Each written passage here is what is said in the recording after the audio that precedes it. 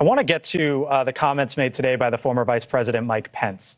Leland, you and I were both in the room in D.C. Last weekend at the Gridiron dinner when the former vice president made his firmest stance yet against his old boss, Donald Trump. And many of us thought, well, maybe this was sort of not a warning, but how the former vice president might play a presidential campaign. But I want to play the sound from what the former vice president said today about Donald Trump's comments from earlier this morning. Let's listen. I think many Americans are taken aback at the unprecedented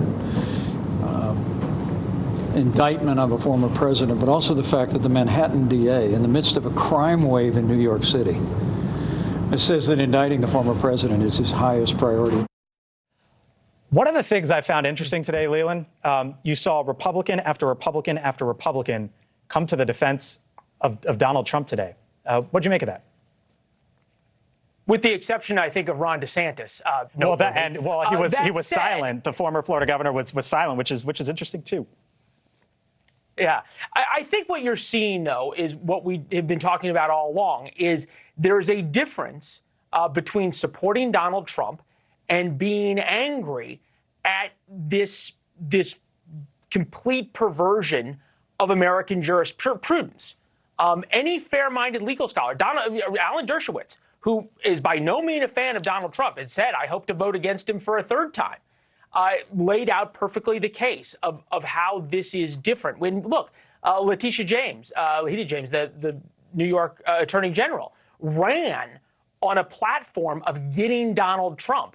And there is, I think, a real feeling among a lot of Republicans and a lot of moderates in America, not that they support Donald Trump, not that they want Donald Trump to return, but that if we go down this route of using the legal system to go after former presidents and political enemies and inventing charges against them, it's a dangerous place.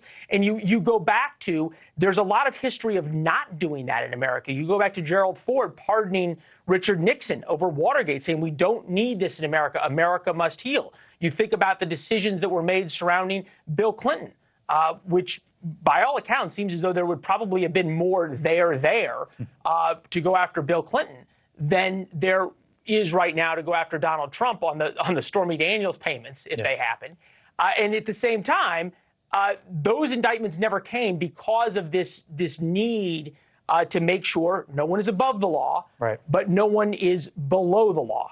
Leland, we'll see what happens potentially on Tuesday or at some time next week. But no matter what happens, I think it's safe to say what shouldn't be lost in this, 10 months down the line, Iowa, New Hampshire, Nevada, South Carolina, and on and on and on, because we expect to see the president there. Leland, thank you.